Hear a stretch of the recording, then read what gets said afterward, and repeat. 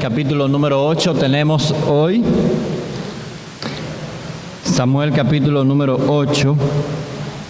No son muchos versículos, son 22 versículos solamente, pero vamos a leer el versículo número 7 para el inicio de nuestra exposición y luego estaremos viendo el capítulo. Primero de Samuel, capítulo número 8, el versículo número 7, dice la palabra de Dios: y dijo Jehová a Samuel: oye la voz del pueblo en todo lo que te digan, porque no te han desechado a ti, sino a mí me han desechado, para que no reine sobre ellos. Que Dios traiga bendición a nuestros corazones con la lectura y la exposición de su palabra en esta mañana. Padre, gracias te damos. Y nosotros venimos a ti, nos acercamos a ti confiando, Señor, en lo que hemos cantado acerca de Jesucristo, confiando a lo que hemos proclamado en los símbolos del pan y del vino, acerca también de Jesucristo. Y abrimos tu palabra confiados también, Señor, en que ella es tu pensamiento y que ella, Señor, la inspiraste para también presentarnos a Jesucristo, a tu Hijo. Y nosotros nos acercamos, Señor, a tu palabra con debilidades de entendimiento, con debilidades, Señor, de iluminación, y por ello nosotros pedimos que esa luz, que ese entendimiento, que la gracia con que edificas a tu pueblo sea con nosotros en esta mañana, y que tú, Señor, superes nuestros límites con el poder y con la gracia que solamente puede venir de ti. Que nos capacites con tu palabra para continuar, Señor, en este tiempo que tú nos das en esta vida, continuar con vidas que te agraden y que te honren. Estamos en tus manos, pedimos tu bendición y tu luz en el nombre de Jesucristo. Amén y amén. Al entrar, mis hermanos, al capítulo número 8 del libro de Samuel, nosotros pasamos a uno de los episodios más importantes del Antiguo Testamento. Y nosotros podríamos decir que es uno de los episodios más significativos de la historia bíblica, de todas las Sagradas Escrituras. Nosotros pasamos hoy de una época a otra. Pasamos de un tipo de gobierno a otro tipo de gobierno en la nación de Israel. Pasamos de la judicatura a la monarquía, del juez al rey, de la simplicidad de la casa y de la sencillez de la casa del juez, vamos a pasar a las complejidades del palacio real. Así que pasamos de una etapa a otra etapa. En este capítulo, que es una pieza hermosísima de literatura, nosotros vemos tres personajes principales. Los líderes de la nación, que van a estar representando a la nación, que son como la nación misma, Samuel y Dios. Esos son los tres personajes principales que nosotros vamos a encontrar en estos diálogos del capítulo número 8. Los líderes, Samuel y Dios. Samuel es el puente entre Dios y los líderes, entre los líderes y Dios. Samuel es el mediador en estas conversaciones que van a ver en el capítulo número 8. Nosotros vamos a notar aquí en este capítulo número 8 también una mezcla de emociones, una mezcla de sentimientos, además del conflicto de ideas que claramente se va a dar en este capítulo número 8. Los líderes de la nación entienden que ha llegado el momento de la reforma para la nación. El momento, si podríamos también usar la palabra revolución para la nación. Ha llegado el momento de la modernización del Estado en la nación de Israel. Y ellos van hacia Samuel para que Samuel se convierta en el mediador de esa transición, de ese cambio profundo que necesitaba la nación. Nosotros, para usar algunos términos, ¿verdad?, de nuestros días, podríamos usar la palabra revolución, modernización, etcétera, reforma. Ahora, Samuel apenas, y nos vamos a dar cuenta de eso aquí, apenas oye lo que el pueblo está diciendo, porque su corazón queda quebrantado, no está de acuerdo con lo que el pueblo le va a presentar a Dios o le está pidiendo al mismo Samuel. Samuel, que ha dado su vida al servicio, Samuel, que desde niño no ha conocido otra cosa más que servir a su pueblo, Samuel, que desde antes de nacer, y nosotros sabemos eso por los capítulos anteriores, desde antes de nacer había sido consagrado a Dios, que ha estado en el santuario, que ha sido llamado por Dios, que ha servido a la nación, nos dice el capítulo número 7, usted recuerda, terminando, con un ministerio itinerante, yendo por casi toda la nación para servir a su pueblo, administrar justicia y que el pueblo buscara a Dios. Y nos dice el capítulo número 3, que Dios nunca dejó caer ninguna de las palabras de Samuel en tierra, que eran palabras precisas porque era la palabra de Dios para la nación. A este hombre que cree en el sistema de los jueces, le toca mediar la transición sin querer. A los ojos de los ancianos es el momento para el cambio. Es el momento para que la política de la nación cambie. Es el momento para que la administración cambie. Hay razones internas, como ellos van a presentar en los primeros versículos, y hay razones también externas, como vamos a ver en el capítulo número 12, en esta mañana, si Dios quiere, por la que ellos quieren exigir el cambio, por la cual ellos quieren exigir que la administración de la nación cambie. La unidad de las tribus, por ejemplo, estaba en riesgo y ellos lo sabían. Si Samuel muere, y Samuel era en ese momento quien representaba la persona que unificaba por su palabra, por el oráculo, por la comunicación de la palabra de Dios, por la administración de justicia, Samuel era la persona que traía cierta unidad a la nación. El pueblo sabía que cuando muriera Samuel, o los líderes sabían que cuando muriera Samuel iba a ser difícil mantener la unidad de las tribus. Como vamos a ver también aquí en el capítulo número 8, versículos 1 y 2, la administración pública estaba corrompida por los hijos de Samuel, algo muy triste. También la nación no tenía un ejército profesional. Y cuando ellos van donde Samuel, ellos van precisamente para pedir ese tipo de cosas. Ellos no van solo para poner un rey sobre ellos. Ellos quieren una estructura nueva. Quieren que su nación se actualice y se adapte a las nuevas circunstancias.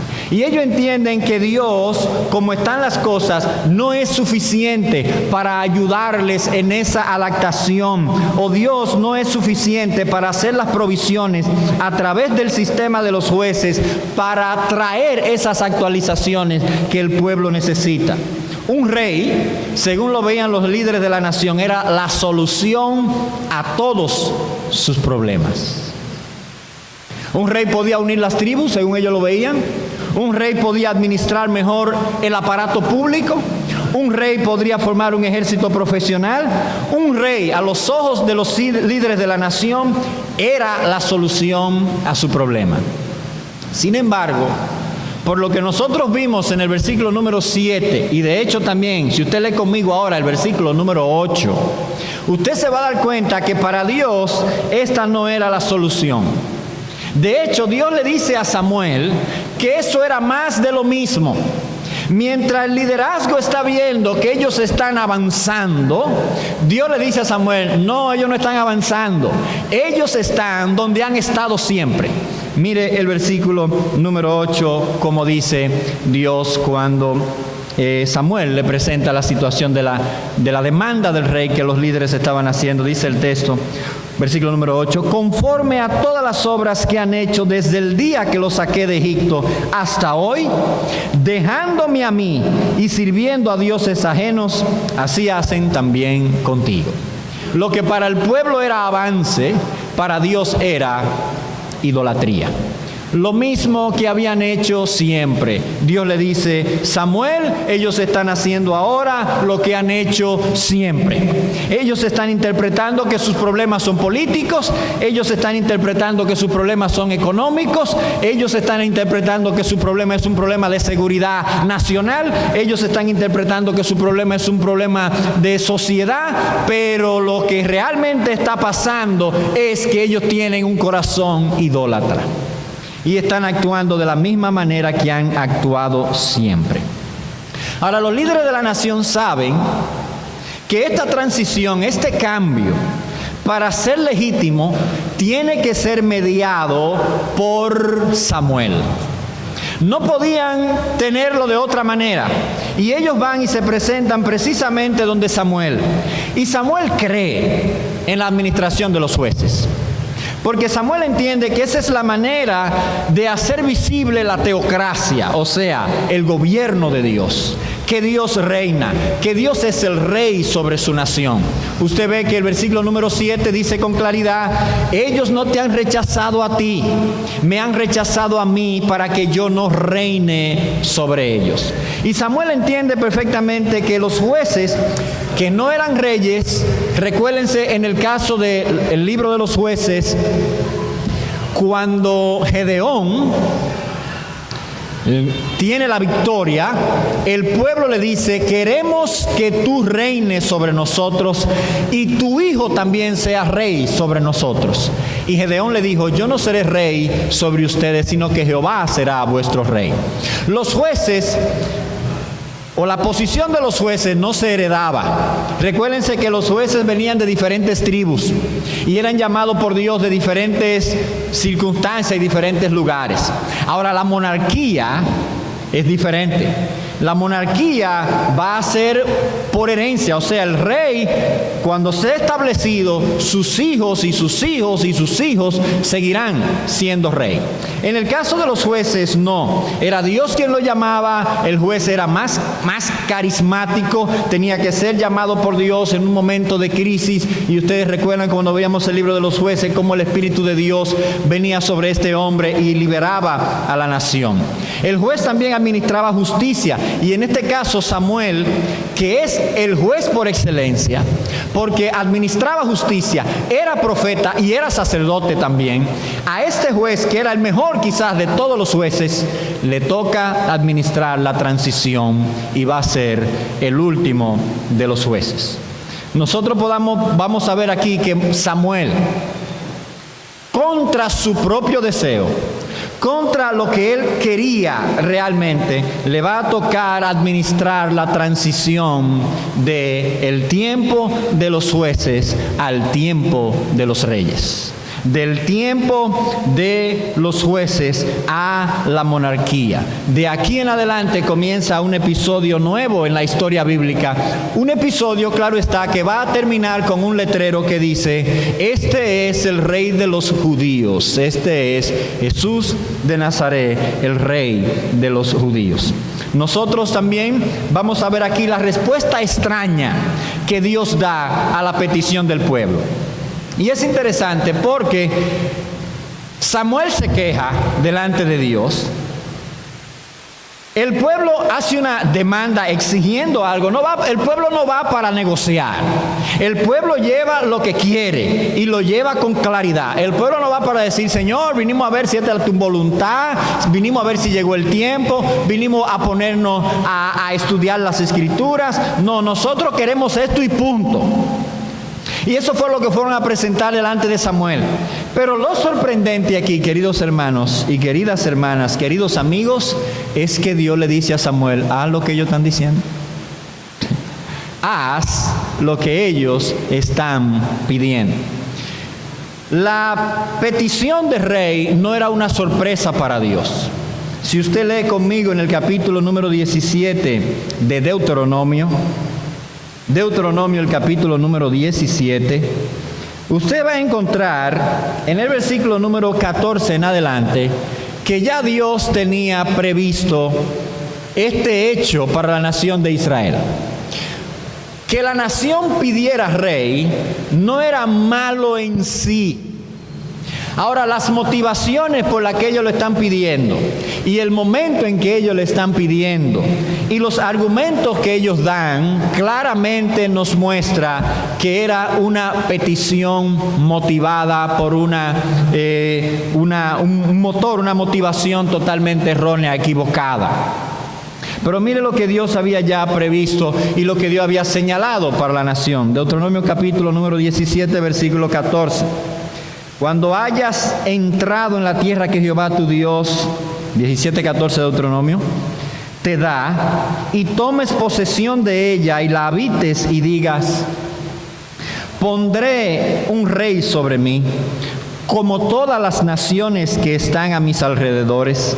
Ciertamente pondrás por rey sobre ti al que Jehová tu Dios escogiere, y de entre tus hermanos pondrás rey sobre ti. No podrás poner sobre ti a hombre extranjero que no sea tu hermano. Pero él, y anote aquí, versículo 16, pero él no aumentará para sí caballos, ni hará volver al pueblo a Egipto con el fin de aumentar caballos. Porque Jehová os ha dicho, no volváis nunca por ese camino de esclavitud. Ni tomará para sí muchas mujeres, para que su corazón no se desvíe, ni plata ni oro amontonará para sí en abundancia. Y cuando se siente sobre el trono de su reino, entonces escribirá para sí en un libro una copia de esta ley. Tenía que escribirlo él mismo. Del original que está al cuidado de los sacerdotes levitas, y lo tendrá consigo, y leerá en él todos los días de su vida, para que aprenda a temer a Jehová su Dios, para que guarde todas las palabras que están de esta ley y estos estatutos, para ponerlos por obra, para que no se eleve su corazón sobre sus hermanos, ni se aparte del mandamiento ni a diestra ni a siniestra, a fin de que prolongue sus días en su reino, él y sus hijos en medio de Israel. Este era el ideal de Dios para el rey. Tiene que ser un hombre que aprenda a temer mi palabra, que va a servir al pueblo y que no va a servirse del pueblo, que sea una persona que aprenda a temerme. Ahora, esa no es la visión de la nación como nosotros vamos a ver ahora. Ellos no van a estar pidiendo un hombre que vaya delante de ellos en el temor de Dios. Ellos están pidiendo un hombre que les resuelva sus problemas políticos aquí y ahora que ellos estaban enfrentando.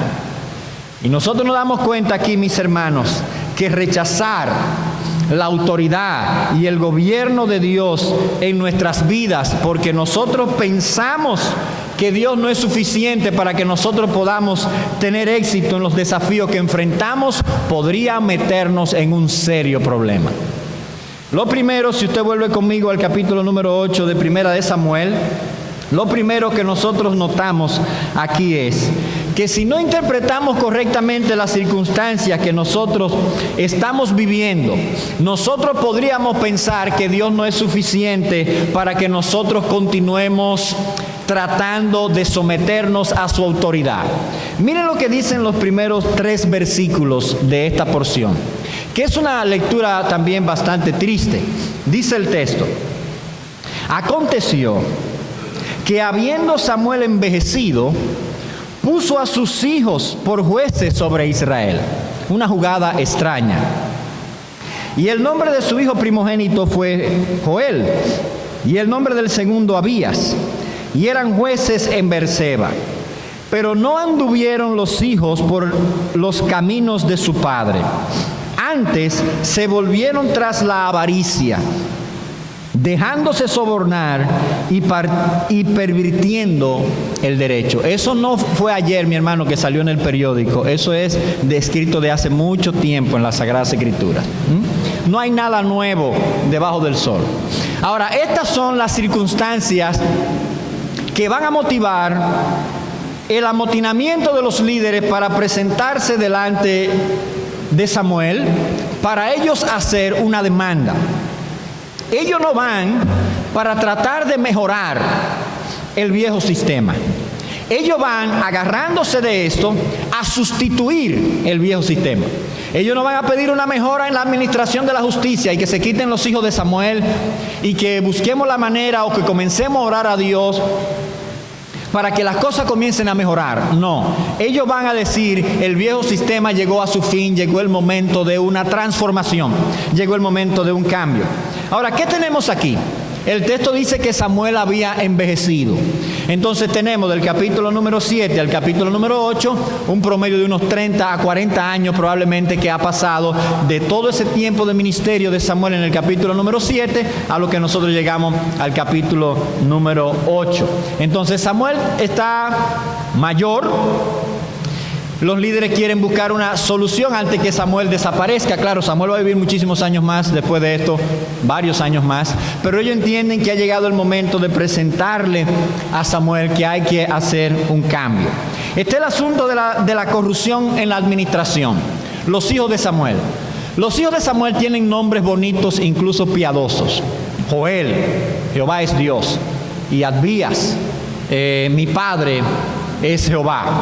Son nombres que muestran la piedad de Samuel cuando los muchachitos nacían, pero son nombres que no muestran la piedad de sus hijos. Note que dice el texto que los hijos de Samuel no anduvieron como anduvo Samuel, no anduvieron en los caminos de su padre. De hecho, en el capítulo número 12, nosotros vamos a ver cuando Samuel le dice al pueblo que le señalen si él había tomado, aunque fuera de ellos, un chivo o un burrito, algo que él había tomado de ellos. Y el pueblo le dice, tú nunca has tomado nada de nosotros, tú nunca has faltado, tú has sido una persona íntegra. Ahora note como dice el texto en el versículo número 3, aquí dice, pero no anduvieron sus hijos por los caminos de su padre, antes se volvieron a la avaricia, dejándose sobornar y pervirtiendo el derecho.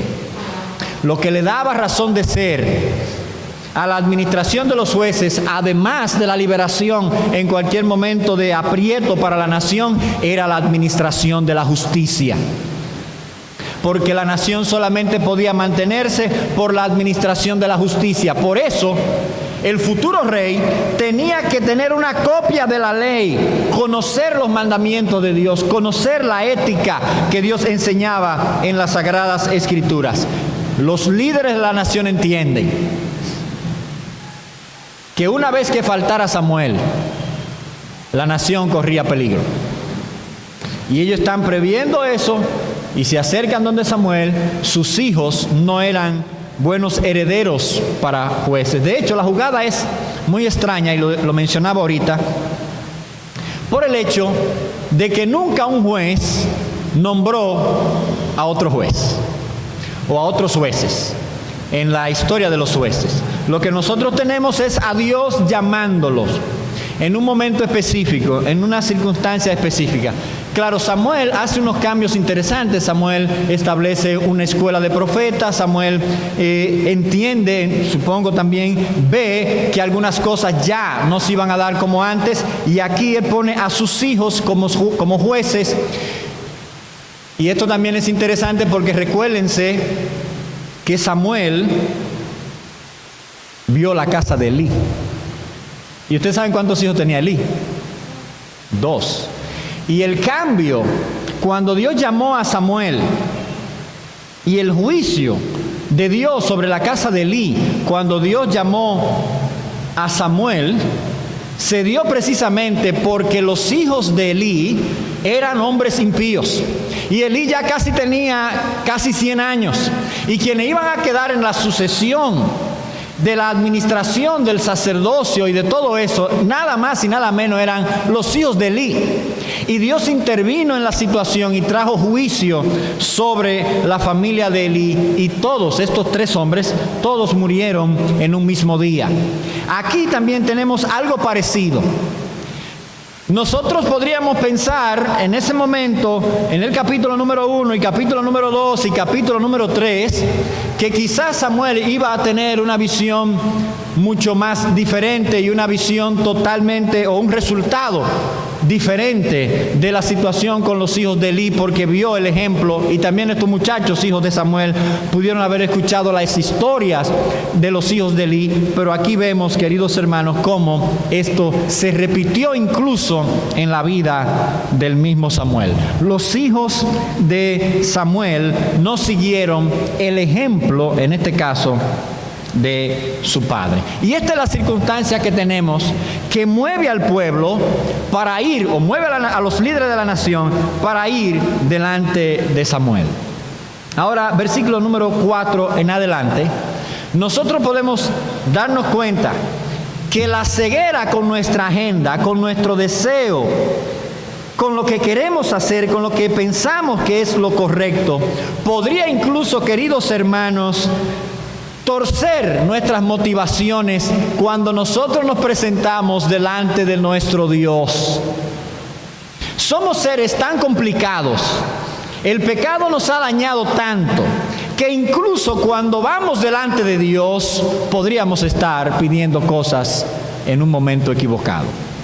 Dice el versículo número 4 en adelante, dice el texto, y aquí vamos a ver el propósito de la petición, vamos a ver cómo reacciona Dios ante la petición, vamos a ver cuál es la verdadera motivación de la petición, como nosotros señalábamos hace un ratito. Dice el versículo número 4, entonces todos los ancianos de Israel se juntaron y vinieron a Ramá para ver a Samuel, que era donde vivía Samuel, y le dijeron, he aquí tú has envejecido y tus hijos no andan en tus caminos. Por tanto, constitúyenos ahora un rey que nos juzgue como tienen todas las naciones. Pero no agradó a Samuel esta palabra que dijeron, danos un rey que nos juzgue. Y Samuel oró a Jehová para presentar la situación. No para decirle, Señor, ¿cuál es el rey que tú tienes para nosotros? No fue para decirle eso. Samuel le está presentando la situación a Dios como una especie de queja, si nosotros podríamos decir. Sigue diciendo, versículo número 7. Y dijo Jehová a Samuel, oye la voz del pueblo en todo lo que te digan, porque no te han desechado a ti, sino a mí me han desechado para que no reine sobre ellos. Conforme a todas las obras que han hecho, desde el día que los saqué de Egipto hasta hoy, dejándome a mí sirviendo a dioses ajenos, así hacen también contigo. Ahora pues, oye su voz, mas protesta solemnemente contra ellos y muéstrales cómo les tratará el rey que reinará sobre ellos. Aquí tenemos la petición, el diálogo, la apertura de los diálogos. El pueblo con Samuel, los líderes con Samuel, Dios con Samuel, Samuel con Dios y luego Dios con Samuel. ¿Qué es lo que tenemos? ¿Qué está moviendo al pueblo en su petición? El pueblo entiende que por la vejez de Samuel y la corrupción de la administración pública, ha llegado el momento de que cambien de sistema. Ha llegado el momento de que se avance hacia una nueva reforma, hacia un nuevo cambio, hacia una nueva política. Este es el asunto interno de la nación. Pero mire esto que el capítulo 8 no nos dice, pero que los líderes lo conocen. Y lo conoce también Samuel. Capítulo número 12, vamos a ir al versículo número 13. Esto es, capítulo 12, versículo 12, perdón, 12. Esto es cuando Samuel está dando su discurso de despedida. Lo que nosotros hoy llamaríamos, cuando estamos en el traspaso de los poderes, ¿verdad? Cuando viene el nuevo gobierno. Y Samuel da su discurso de despedida a la nación. Eso en el capítulo número 12. Y dice en el versículo número 12: y habiendo visto que Naas, rey de los hijos de Amón, venía contra vosotros, me dijisteis: no, sino que ha de reinar sobre nosotros un rey, siendo así que Jehová vuestro Dios era vuestro rey. ¿Qué había pasado que estaba moviendo y motivando la petición del pueblo por un rey? No era la búsqueda de la voluntad de Dios, no era el deseo que ellos tenían de agradar a Dios. Ellos tienen miedo y entienden que ahora con esta nueva invasión, este rey que iba para atacarlos a ellos, y como ellos no estaban organizados y no estaban listos para pelear ni nada de eso, ellos están pidiendo seguridad. Lo que ellos quieren es un rey que ellos puedan palpar, de carne, de sangre, que les garantice a ellos el éxito político, el éxito a nivel internacional. Ellos tienen pánico.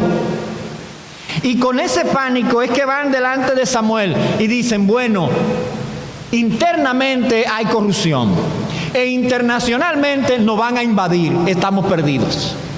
Ahora el capítulo número 7, el capítulo número 6 y el capítulo número 5 nos enseñaron una lección a nosotros bien clara. El arca solita venció a los filisteos. Y Samuel en el capítulo número 7, cuando el pueblo sale para buscar a Dios, para arrepentirse, para reconciliarse con Dios, y en ese momento entraron los filisteos para pelear con la nación de Israel, dice el texto que Dios hizo tronar desde el cielo y Dios venció a los filisteos. No han aprendido esa lección, que es precisamente lo que el narrador quiere mostrarnos, que Dios es suficiente para el cuidado de su pueblo. Pero en el capítulo número 8, al final, en la vejez de Samuel, el pueblo vuelve a caer exactamente en lo mismo que había caído anteriormente, y Dios vuelve a decírselo a Samuel: Samuel, esto no es nada nuevo, es más de lo mismo. Es más idolatría manifestada en su corazón. Ahora Dios intenta calmar el corazón de Samuel, porque Samuel era un profeta. ¿Y qué es un profeta? Un profeta es una persona que habla en nombre de Dios. Entonces, si tú hablas en nombre mío y ellos te están rechazando, y están rechazando lo que tú dices, y lo que tú le dices no es tuyo, es mío, ¿a quién es que están rechazando? Entonces Dios le dice a Samuel: Samuel, ellos me están rechazando a mí. Tú eres mi representante. Los jueces eran los representantes de Dios. Ahora el pueblo está tan metido en que esa es la solución a su problema, que su problema era un problema político y que no era un problema del corazón, que no era un problema espiritual. Ellos van donde Samuel no para negociar, no para ponerse en ayuno, para buscar el rostro de Dios. Ellos lo van para decirle: Samuel, vamos a leer a Deuteronomio, a ver qué es lo que él dice del rey y cómo este hombre piadoso iba a ir delante del pueblo también en temor de Dios. No, ellos van para decirle: llegó el momento de solucionar este problema, porque el problema de nosotros es político. Necesitamos un rey. Necesitamos actualizarnos y ser como las otras naciones. Porque si usted se da cuenta, la petición está motivada por eso también en el capítulo número 8. Ponnos un rey, o constitúyenos un rey como tienen las otras naciones. ¿Qué había dicho Dios de la nación de Israel en el Pentateuco, en los primeros 5 libros? Dios le había dicho: ustedes son un pueblo especial. No hay nación como ustedes. Ustedes son un pueblo santo para mí. Y cuando los líderes van delante de Samuel, ellos le están diciendo: nosotros no queremos esa exclusividad. Nosotros queremos ser como las otras naciones. Tener un rey como son los reyes de las otras naciones. Ahora, los reyes de las otras naciones no son como Dios lo describe en Deuteronomio capítulo número 17. que incluso Dios le está diciendo, cuando Él lea la ley, es para que Él lea la ley y no se eleve sobre sus hermanos. Ahora, ¿cómo trataban los reyes de las otras naciones a los pueblos? Todo el que estaba ahí era posesión del rey. Ahora, un rey en la nación de Israel tenía que saber que el pueblo de Dios era pueblo de Dios, incluido él.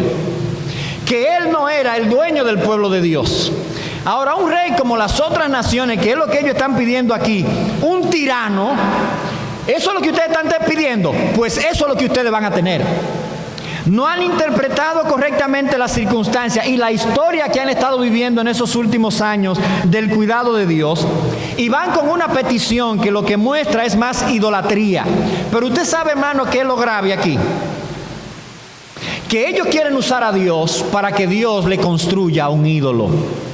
Ellos quieren utilizar a Dios para que Dios se convierta en el fabricante de su ídolo. Y están haciendo de Dios un instrumento, un medio para ellos alcanzar lo que entienden es lo que ellos necesitan, lo que ellos quieren, en rechazo de Dios mismo. Le están diciendo a Dios, con lo que te estamos pidiendo, te estamos rechazando, pero dánoslo. Con lo que te estamos pidiendo, estamos diciendo que tú no eres suficiente para nosotros, pero de todos modos queremos que tú nos lo des. Y entonces Dios le dice a Samuel, pues dile a ellos la prenda que ellos están pidiendo, que yo se la voy a dar. Se la voy a entregar. Pero haz una protesta, eleva tu voz como profeta y dile a ellos cómo ese rey lo va a tratar. Y nosotros nos damos cuenta, aquí mis hermanos, avanzando un poco, que la respuesta de Dios muchas veces a nuestras peticiones, aunque sea positiva, en el sentido de que nos lo concede, esa respuesta podría ser al mismo tiempo la disciplina. Esa petición fuera de momento, esa petición forzada, esa petición que claramente es una contradicción al deseo de Dios, esa petición podría tener respuesta. Y la respuesta ser la disciplina al mismo tiempo. Mire cómo dice los versículos que siguen en el capítulo número 8, versículo número 10. Hasta el versículo 18 voy a leer, dice el texto. Y refirió Samuel todas las palabras de Jehová al pueblo que le había pedido rey. Ahora, esto es una advertencia de Dios, esperando que el pueblo va a decir, oh, pero si es así, no. Señor, perdónanos, perdona nuestro pecado. Si la situación va a ser así, olvídate de eso. Olvídate que te pedimos eso. Y vamos a seguir mejorando esto y vamos a seguir buscándote. Y el problema es un problema del corazón. Mire entonces lo que dice versículo número 11. Dijo pues, así hará el rey que reinará sobre vosotros. Tomará vuestros hijos y los pondrá en sus carros y en su gente de a caballo para que corran delante de su carro. Porque ¿de dónde iba a salir el ejército profesional que ellos querían? Versículo número 12. Y nombrará para sí jefes de miles y jefes de cincuentenas.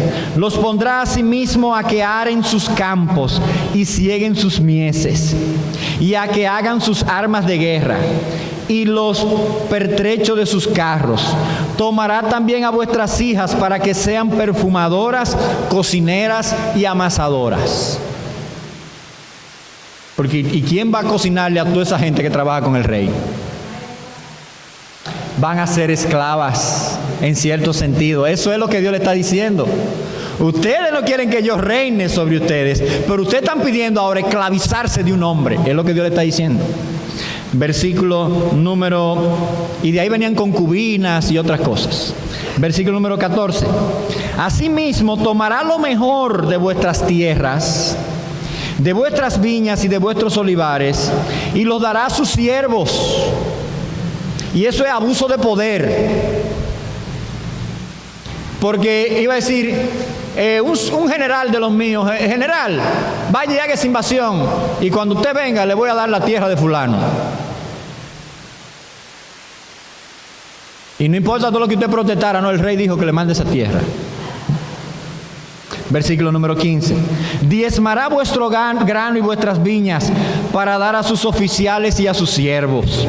Tomará vuestros siervos y vuestras siervas y vuestros mejores jóvenes y vuestros asnos, y con ello hará sus obras.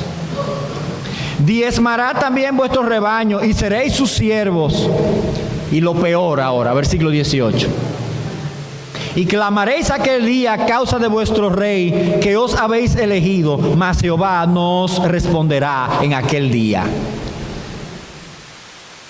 Cuando ustedes peguen el grito, porque ahora el opresor lo pusieron ustedes, porque lo pidieron ustedes, porque anterior en el libro de los jueces, si bien el texto nos dice que Israel se apartaba de Dios, venía un rey del extranjero y los subyugaba. Cuando ellos clamaban a Dios, dice el texto, Jehová se volvía en su misericordia y los libraba.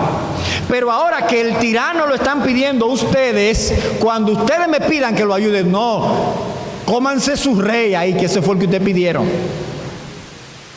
Y no hay que ir muy lejos, mis hermanos, para saber que en muchas ocasiones en nuestra vida cristiana sucede exactamente lo mismo. Nos afanamos, y varón, ore por mí, y tengo un propósito secreto, y usted no sabe lo que es. Y ore por mí, y insiste, y viene Dios, dáselo. Y eso se convierte exactamente en su tirano. Y de ahí en adelante usted se convierte en esclavo de eso que usted pensaba que era la solución a su problema, pero que no era ninguna solución.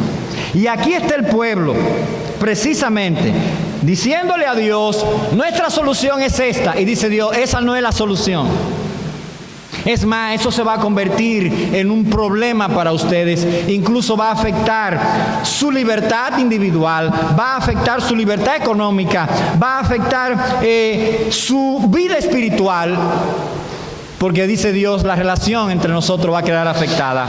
Y yo los voy a dejar a ustedes en esa situación. Ahora, mis hermanos, ahí está la advertencia. Y hay oportunidad para nosotros en cualquier circunstancia, si hemos cometido un error, si hemos fallado, pues volvernos de nuestro error. Pero mire la respuesta del rey, del pueblo, de los líderes. Claramente la obstinación sella ese deseo, esa ambición de querer abandonar a Dios porque Dios no nos da, porque Dios no es suficiente, porque si seguimos tratando de honrar a Dios, vamos a perder cosas. Vamos a seguir enfrentando peligros. Vamos a seguir viviendo asustados. Porque esto de vivir por fe en un rey que no estamos viendo, eso como que no parece factible. Queremos ver a nuestro rey como lo ven las otras naciones. Y mire entonces cómo dice el versículo número 19 hasta el 22. Pero el pueblo no quiso oír la voz de Samuel. Esa es la solución. Esa es la solución y esa es la solución. Y dijo, no, sino que habrá rey sobre nosotros, punto. Y nosotros seremos también como todas las naciones. Ustedes van a ser como todas las naciones, tendrán un rey como todas las naciones. Y nuestro rey nos gobernará y saldrá delante de nosotros y hará nuestras guerras. Y oyó Samuel todas las palabras del pueblo y las refirió a oídos de Jehová, que estaba medio no aceptando la situación Samuel. Y Jehová dijo a Samuel, oye su voz y pon rey sobre ellos. Entonces dijo Samuel a los varones de Israel, idos cada uno a vuestra ciudad. El pueblo no quiso oír la voz de Samuel, la voz de Dios, la advertencia de Dios para este momento. ¿A quiénes ellos van a tener como rey? Su primer rey, a Saúl. Ante los ojos de la nación, calificaba. Ante los ojos de Dios que ve el corazón, Saúl va a terminar o se va a ir por un sendero de desobediencia a la palabra de Dios. No va a llenar el ideal de Deuteronomio capítulo número 17. Claro, el pueblo va a tener que aprender la lección durante los 40 años del reinado de Saúl, que un rey tiene que ser conforme al corazón de Dios, que un rey tiene que ser en conformidad a lo que Dios había señalado en las Sagradas Escrituras. Ahora, ¿qué más podemos añadir, mis hermanos, en este capítulo para así cerrar? Lo primero que nosotros debemos notar está en los primeros versículos. Y esto para los hijos de evangélicos y para los padres evangélicos que estamos aquí en esta mañana. Los hijos de Samuel, dice el texto, no siguieron el camino de sus padres. Y Samuel, mis hermanos, en el Antiguo Testamento no es cualquiera. Samuel es uno de los hombres más significativos del Antiguo Testamento. Precisamente por eso que estamos diciendo, además de su vida de integridad, de que fue profeta, de que fue sacerdote, de que fue juez. Pero Samuel, también con el hecho de ser el administrador de esta transición, Samuel es presentado por Dios en el Antiguo Testamento como uno de los hombres más eficaces en su oración. Mire este versículo conmigo en Jeremías capítulo número 15, versículo número 1. Dios hablando ya del disgusto que tenía con el pueblo, y usted sabe que de los hombres más eficaces intercediendo por el pueblo en el Antiguo Testamento es Moisés y también Samuel. Dice ese texto, capítulo número 15, versículo 1, Jeremías: me dijo Jehová, si Moisés y Samuel, o sea, los dos hombres más eficaces en intervención, orando por alguien que yo siempre lo oía y les respondía, dice, se pusiesen delante de mí, no estaría mi voluntad con este pueblo, échalos de mi presencia y salgan. Eso es Dios, en este caso, disgustado con la nación de Israel en tiempo de Jeremías. Usted sabe por qué Jeremías entonces lloraba tanto. Pero Dios le dice a Jeremías, no hay gente como Samuel, o no hubo, como Samuel y como Moisés, en cuanto a amistad conmigo e intimidad conmigo. Y dice el texto aquí, mis hermanos, que a pesar de ese gran ejemplo de Samuel, ese gran impacto de integridad de Samuel en medio de la nación, en medio de su familia, en medio de sus hijos, dice el texto que los hijos de Samuel no siguieron el ejemplo de su padre. Y esto debe de llamar nuestra atención, porque nosotros hemos establecido la premisa, basándonos en el mismo libro de Samuel, de que Dios honra a los que le honran. Ahora, Samuel había tomado la decisión de honrar a Dios y de vivir de manera íntegra delante de Dios, pero sus hijos, aunque recibieran toda esa influencia, tenían la responsabilidad ellos de tomar la decisión de honrar a Dios. No basta para los muchachos que han sido criados aquí, hijos nuestros en la iglesia, no basta que sus padres teman a Dios. Usted tiene que aprender a temer a Dios, usted. No basta que ellos le hayan enseñado versículos bíblicos, lo hayan traído a la clase bíblica, hayan hecho todo. No basta. Todos tenemos, de manera individual, tenemos que tomar la decisión de honrar a Dios. Ahora, mis hermanos, también como padres, nosotros tenemos la responsabilidad de exponer a nuestros hijos a la verdad de las Sagradas Escrituras y cumplir con nuestro deber. No podemos decir, como todos somos responsables, ellos que se la busquen por sí mismos. No, tenemos que exponerlo a las cosas que los estamos exponiendo continuamente. Y yo supongo que para Samuel esto habrá sido muy triste también, el hecho de que los líderes fueran delante de él a decirle, tus hijos son corruptos. Tus hijos han dañado el sistema. Y quizá también era triste para la nación ver esto, pero que usen como argumento la corrupción de los hijos de Samuel para presentarlo como una situación por la cual el mismo ministerio de Samuel tenía que ser sustituido, debió de haber sido algo que le quebrantó el corazón a Samuel. como también nos quebrante el corazón las faltas morales de nuestros hijos, sus debilidades y todo eso. Pero esto es un elemento, queridos hermanos, que nosotros tenemos que tener pendiente. Tenemos que orar, tenemos que interceder, tenemos que hacer todo lo que tenemos que hacer, pero en el fondo, cada ser humano es responsable de tomar la decisión de honrar a Dios. Y muchas veces tendremos nosotros que vivir quizás con el dolor de que alguno de nuestros hijos o uno de nuestros hijos no quiera tomar la decisión de vivir para Dios, de no honrar a Dios. Ahora, mis hermanos, orar es una de las cosas más sublimes que nosotros podamos realizar. De hecho, Samuel aquí nos da un buen ejemplo de la oración, de pedirle a Dios. Pero el pueblo aquí está yendo donde Samuel precisamente para canalizar su petición delante de Dios. Y lo que ellos están pidiendo, mis hermanos, no era que Dios no se lo iba a presentar en algún momento, pero las motivaciones que ellos están usando no son correctas. Y el momento en el que ellos están insistiendo que se le dé ese rey no era el momento correcto. Hay muchas cosas buenas, porque ellos tuvieran un rey no era malo en sí. Pero como ellos estaban viendo las cosas, sí era malo. Porque ellos estaban pensando que ese rey era la solución. Y la solución para ellos es Dios. La condición espiritual, eso era lo que Dios quería que ellos entendieran.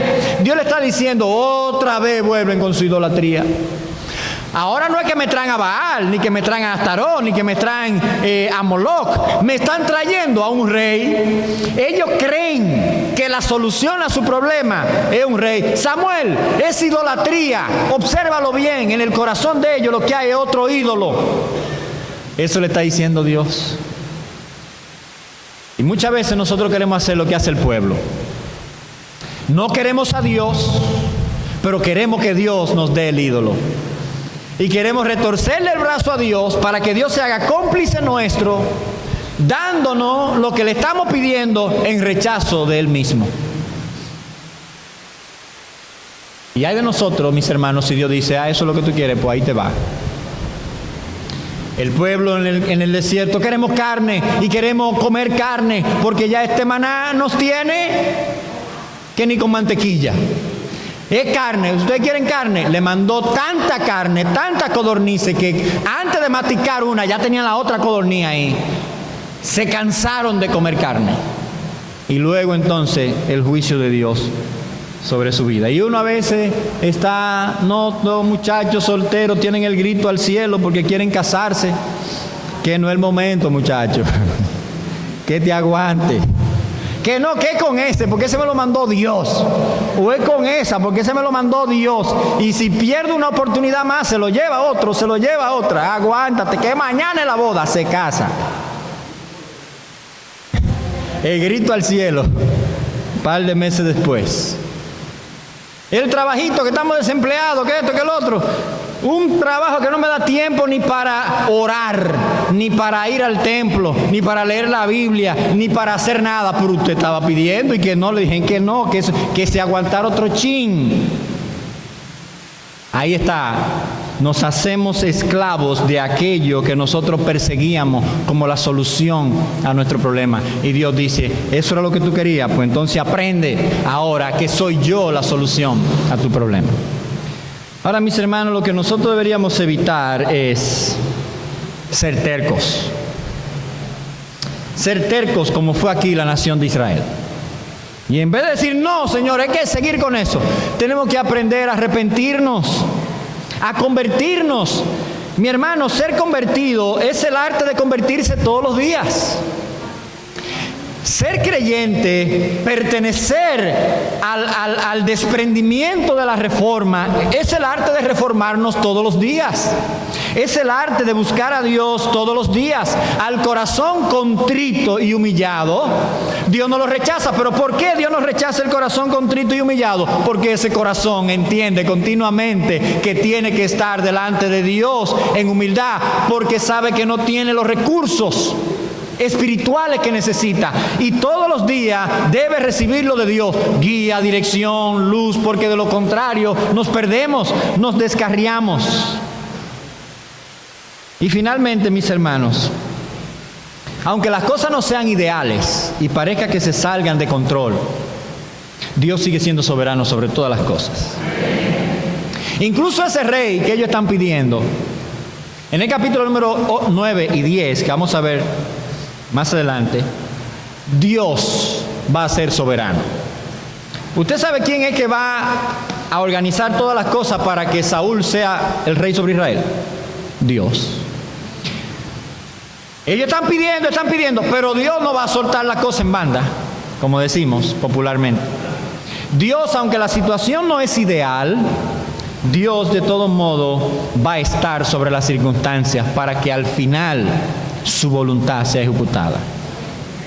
Y nosotros sabemos, mis hermanos, que el Rey por excelencia, conforme al corazón de Dios, es nuestro Señor y Salvador Jesucristo. Rey de reyes y Señor de señores, sobre todas las cosas.